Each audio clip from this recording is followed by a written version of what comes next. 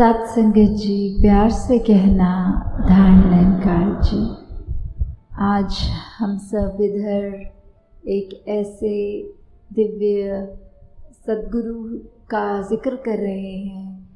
क्योंकि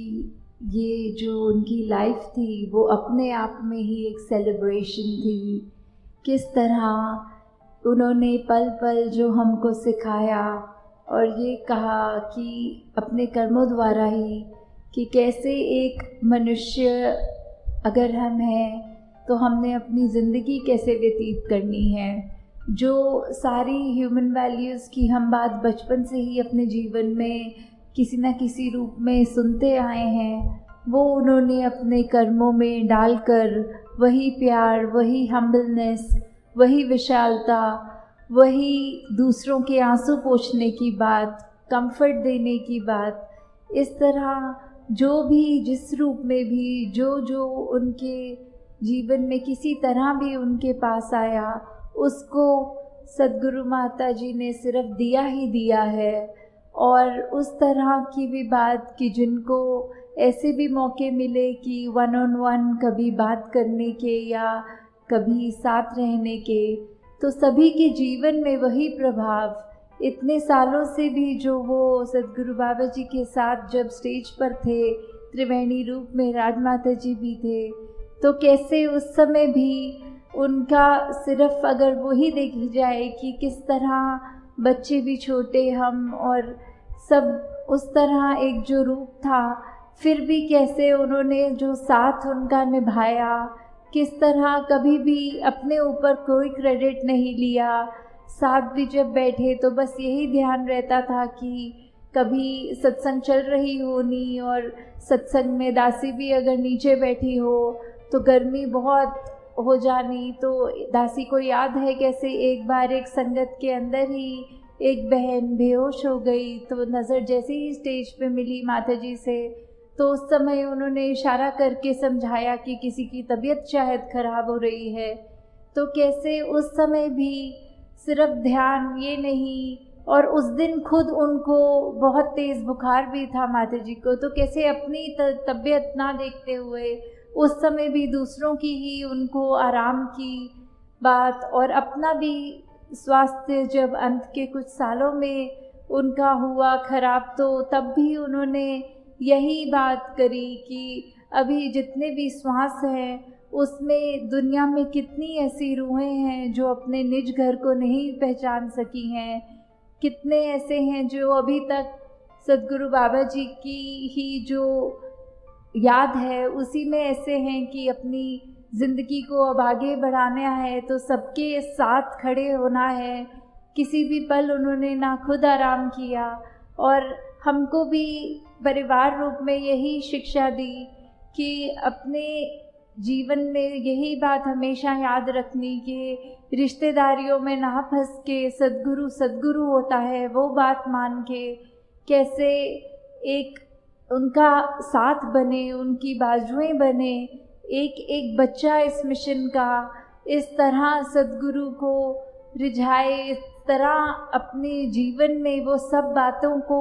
अपनी सिर्फ सोच में ही नहीं बल्कि कर्मों में, अपने शब्दों में ही नहीं बल्कि पूरी अपनी लाइफ स्पैन में ऐसे वो सब बातों का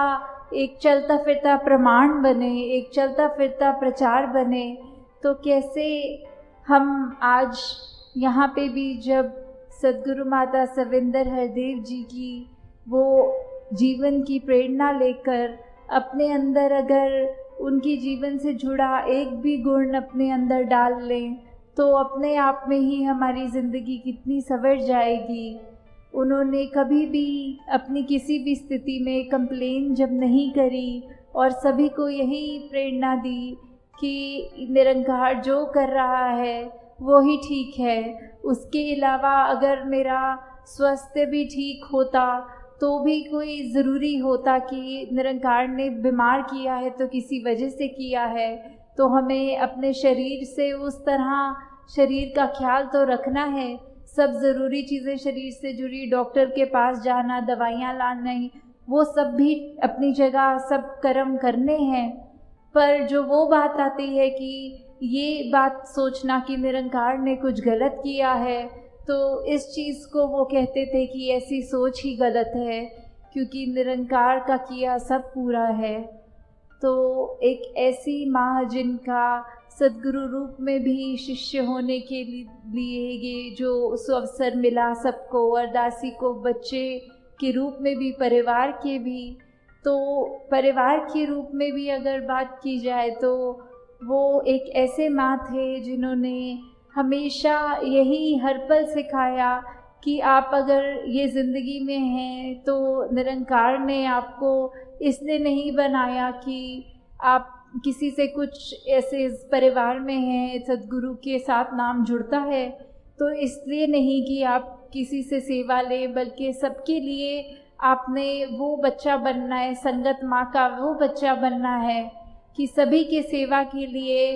अगर उस एक्सटेंड तक भी जाना हो कि अपना आराम छोड़ना हो, तो उससे पहले, सोचने से पहले भी हिचकिचाना नहीं, और सभी के लिए बस अपना जीवन का, दासी को उस समय भी जब आपकी संगत की ये चरण रज बन के इस तरह इस ड्यूटी के रूप में, जो उस समय भी दासी से यही कहा कि अब से बस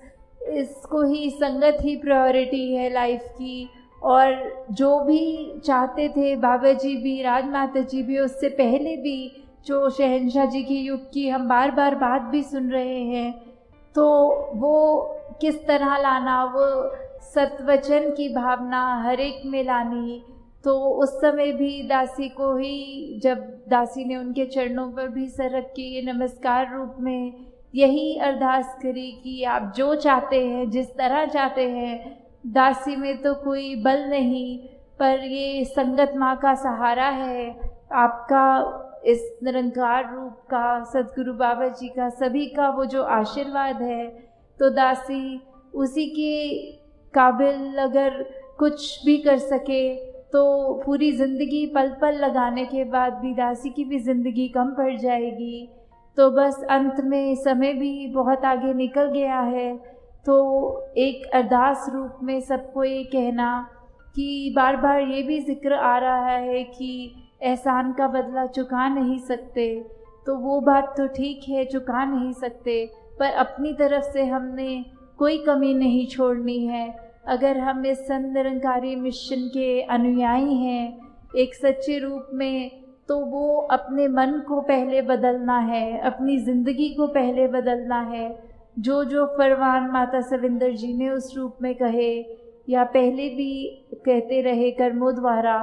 वो सब हम अगर अपने जीवन में उतार लेंगे तो ही सच्चे रूप में हम वो वचनों पर, जो अमली रूप, जो वचनों पर फूल चढ़ाने वाली बात है, वो ज़्यादा ज़रूरी है उससे कि सिर्फ नाम लें और जो सिखलाई मिली है वो ना करें। तो दासी सभी के लिए ये अरदास निरंकार से करती है